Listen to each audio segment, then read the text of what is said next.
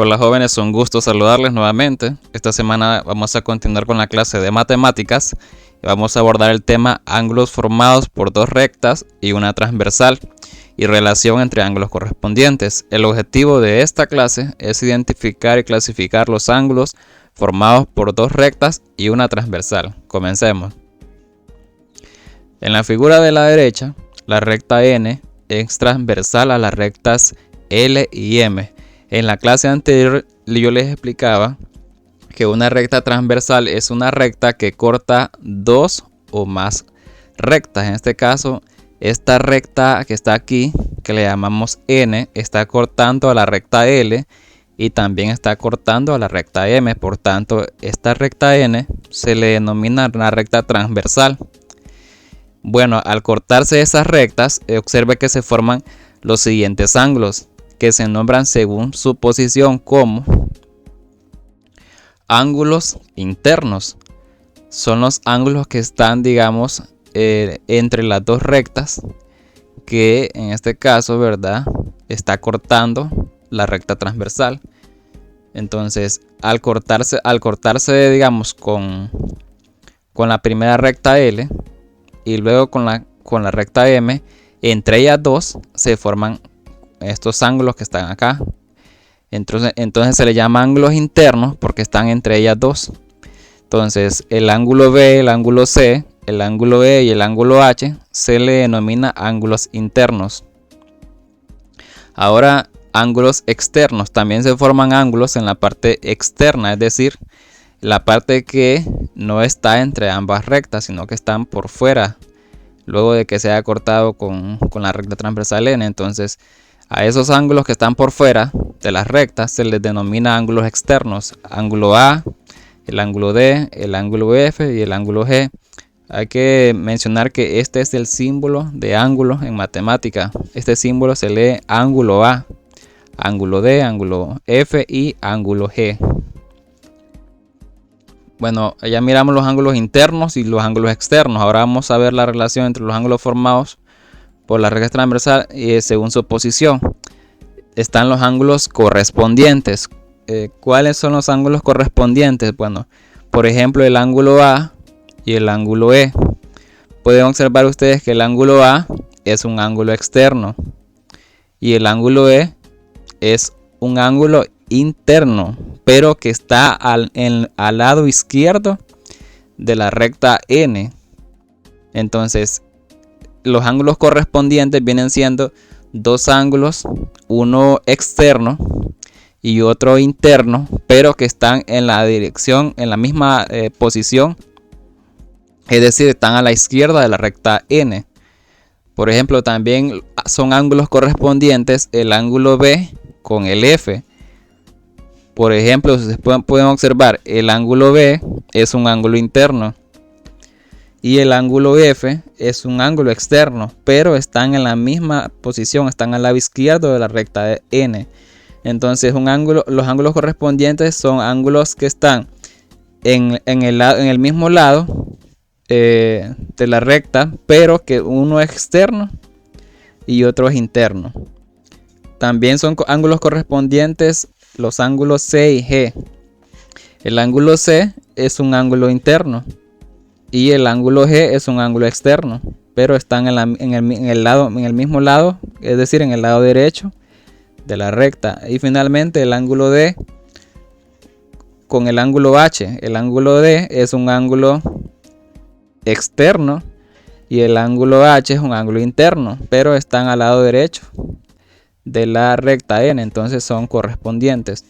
También forman otros ángulos que se les denomina ángulos alternos internos. Bien, se observa que son los cuatro que están aquí son ángulos internos porque están entre estas dos rectas.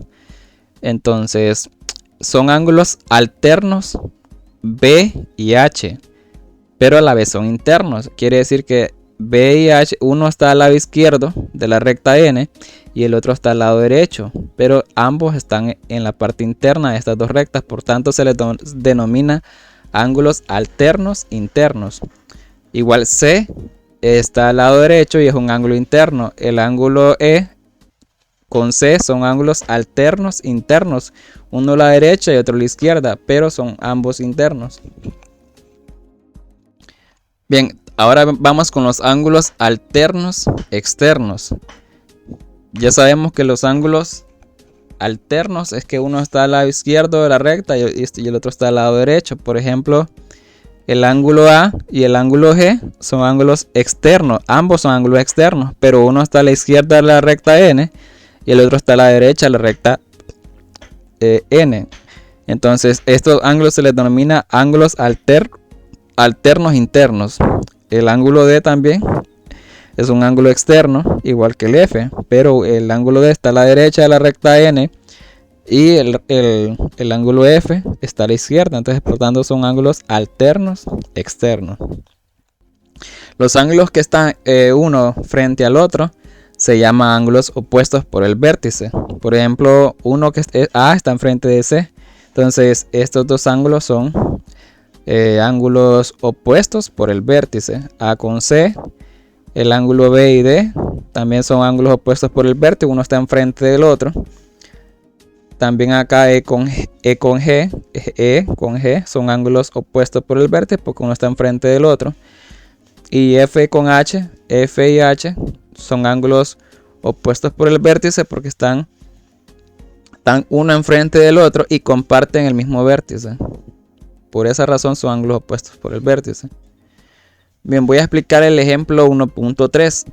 En la siguiente figura, la recta N es transversal a las rectas L y M. Indique, inciso A, el ángulo correspondiente con el ángulo H. Entonces aquí tenemos una recta N que está cortando a estas dos rectas. Por tanto, la recta N es una recta transversal.